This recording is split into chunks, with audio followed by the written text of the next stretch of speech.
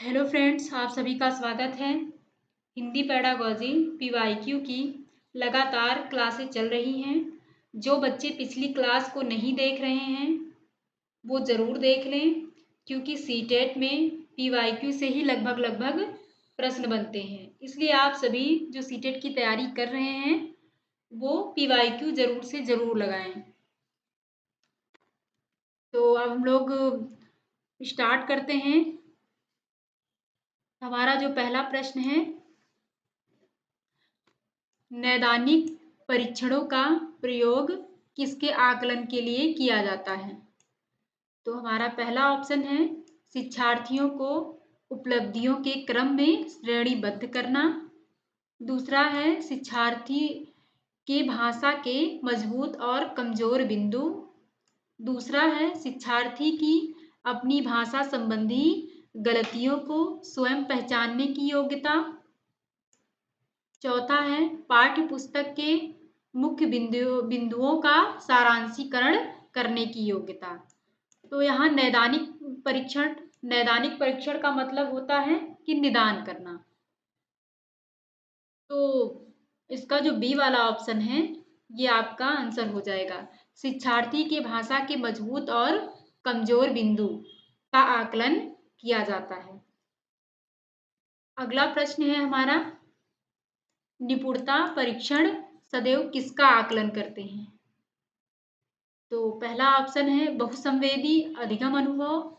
दूसरा है दैनिक वार्तालाप की भाषा। तीसरा है भाषा का वह स्तर जहां तक विद्यार्थियों की पहुंच बन गई है। चौथा है विद्यार्थियों को पढ़ाई गई भाषा। निपुणता परीक्षण मतलब निपुण। तो यहाँ पे जो सी वाला ऑप्शन हो जाएगा आपका, भाषा का वह स्तर जहाँ तक विद्यार्थी की पहुंच बन गई है या विद्यार्थी जो है जहाँ तक निपुण हो गए हैं, उसी में को हम निपुणता परीक्षण कहते हैं। अगला प्रश्न हमारा है, राष्ट्रीय शिक्षा नीति 2020 किसके अध्ययन का समर्थन करती है? पहला ऑप्शन है पूरी विद्यालयी शिक्षा के दौरान संस्कृत या शास्त्रीय भाषा निर्देश के माध्यम के रूप में। दूसरा है पूरी विद्यालयी शिक्षा के दौरान निर्देश के माध्यम के तौर पर अंग्रेजी भाषा। तीसरा है पूरी विद्यालयी शिक्षा के दौरान निर्देश के माध्यम के तौर पर हिंदी भाषा। पूरी विद्यालयी शिक्षा के दौरान निर्देश के माध्यम के तौर पर मातृभाषा। तो एनईपी 2020 भी जो है मातृभाषा का या क्षेत्रीय भाषा का ही समर्थन करती है। तो आपका डी ऑप्शन सही हो जाएगा। अगला प्रश्न है, मानस मंथन गतिविधि सहायता करती है प्रश्न पूछने में, मस्तिष्क पर बल देने में, रचनात्मक विचारों के सृजन में या प्रतिपुष्टि प्रदान करने में। तो जो इसका सही आंसर हो जाएगा वो आपका रचनात्मक विचारों के सृजन में। मानस मंथन जो है वो लेखन शैली में यूज होता है। तो उसका जो सही आंसर होगा ये रचनात्मक विचारों के सृजन में। अगला प्रश्न है, वह पद्धति जो बोलने तथा कार्य में तालमेल बनाती है क्या कहलाती है? वह पद्धति जो बोलने तथा कार्य में दोनों में तालमेल बनाती है क्या कहलाती है? पहला है भूमिका निर्वाह करना या रोल प्ले, कार्य आधारित पद्धति या कहानी सुनाना या समग्र भौतिक प्रक्रिया। तो जो आपका डी वाला ऑप्शन है समग्र भौतिक प्रक्रिया, ये आपका सही हो जाएगा। अगला प्रश्न है, कौन सी पद्धति शिक्षार्थी को उनके वाचन कौशल के विकास में सहायता करती है? वाचन कौशल की बात कर रहा है। तो पहला ऑप्शन है व्याकरण अनुवाद विधि, नहीं होगा। दूसरा है संप्रेषणात्मक उपागम, ठीक है। रचनावाद उपागम, संरचनात्मक उपागम, ये आपका वाचन कौशल मतलब जहाँ संभाषण है, संभाषण जहाँ बोलना है, तो आपका बी वाला ऑप्शन सही हो जाएगा, संप्रेषणात्मक उपागम। अगला प्रश्न है, पठन कौशल में बारीकी से पढ़ना क्या है? बारीकी से पढ़ना, बारीकी से पढ़ना मतलब कुछ विशिष्ट सूचना के लिए ही इंसान बारीकी से पढ़ता है, या कुछ गहराई तक जानने के लिए ही बारीकी से पढ़ा जाता है। तो पहला ऑप्शन है भाषा के चारों कौशलों के अध्ययन के लिए प्रयोग की जाने वाली युक्ति है। दूसरा है किसी पाठ्य सामग्री का सारांश करना तथा उसके मुख्य विचार को प्राप्त करना है। तीसरा है किसी पाठ्य सामग्री में विशिष्ट तथ्यों या सूचना को ढूंढने के लिए प्रयोग की गई पठन प्रविधि है। चौथा है पाठ्य पुस्तक के प्रत्येक अनुच्छेद के अंतिम वाक्य को पढ़ना।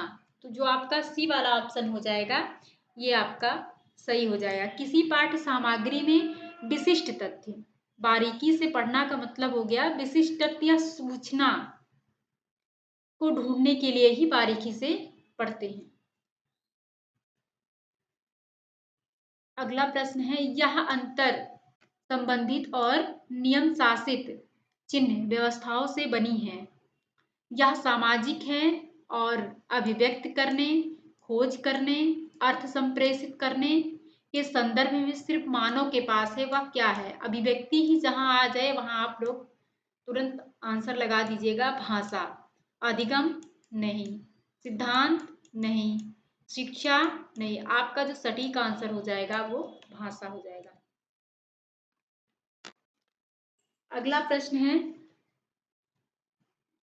एक बालिका अपनी भाषा कक्षा का अनुभव माँ के साथ साझा करती है और कहानी कहती है कि कभी कभी हम अपनी आंखें बंद करते हैं और हमें अध्यापिका अपने बस्ते में से कोई वस्तु निकालने के लिए कहती है।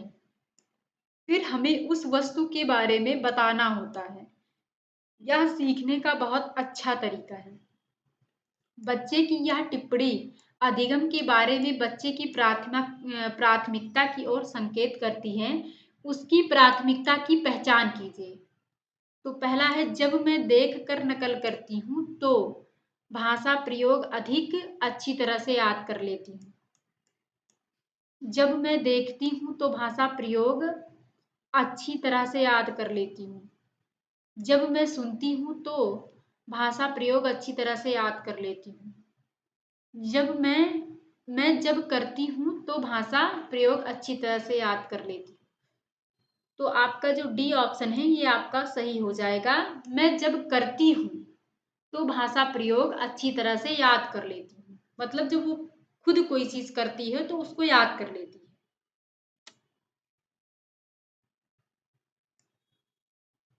उपागम पद्धतियां हमें क्या बताती हैं? उपागम पद्धतियां मतलब टीचिंग मेथड।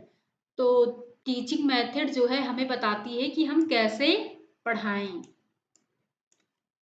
अगला प्रश्न है शिक्षण अधिगम प्रक्रिया में आकलन का उद्देश्य क्या है?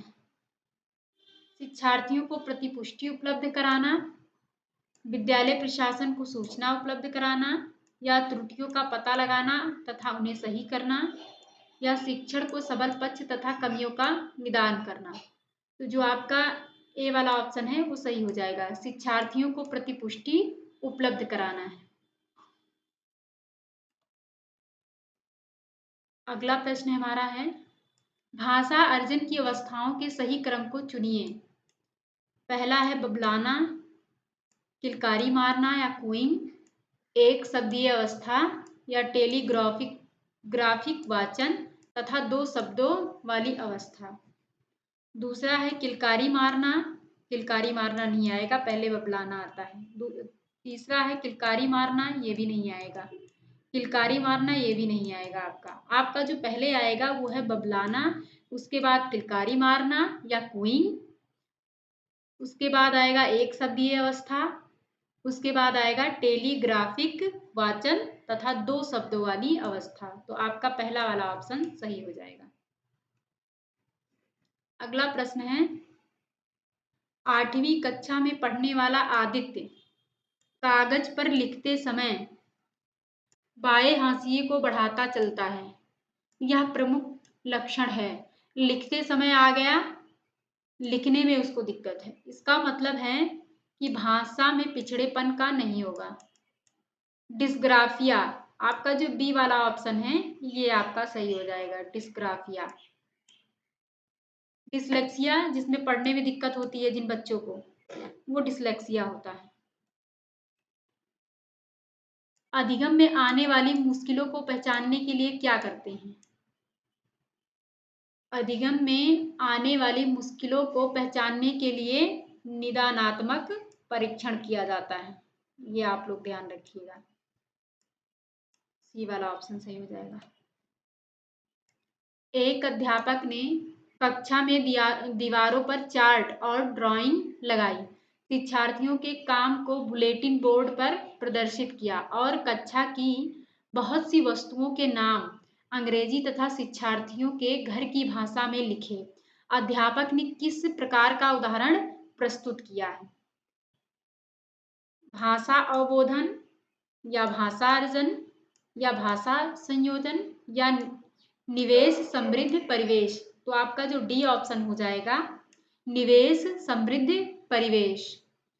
तो दोस्तों ये था आपका 15 क्वेश्चन, बहुत ही इंपॉर्टेंट क्वेश्चन है। सारे प्रश्न जो है वो पीवाईक्यू से हैं, पूछे गए हैं और इसी पे आधारित प्रश्न आने की संभावना है। तो आप लोग इसको ज़रूर अच्छे से पढ़ लीजिएगा, समझ लीजिएगा। पेडागोजी बहुत टफ नहीं होता है, बस ये है कि थोड़ा सा तार्किक होता है, समझना पड़ता है। एक बार समझ जाओ तो सब आसान हो जाता है। तो आज की कक्षा अगर आप लोगों को अच्छी लगी हो तो प्लीज़ लाइक शेयर सब्सक्राइब ज़रूर करिएगा। धन्यवाद।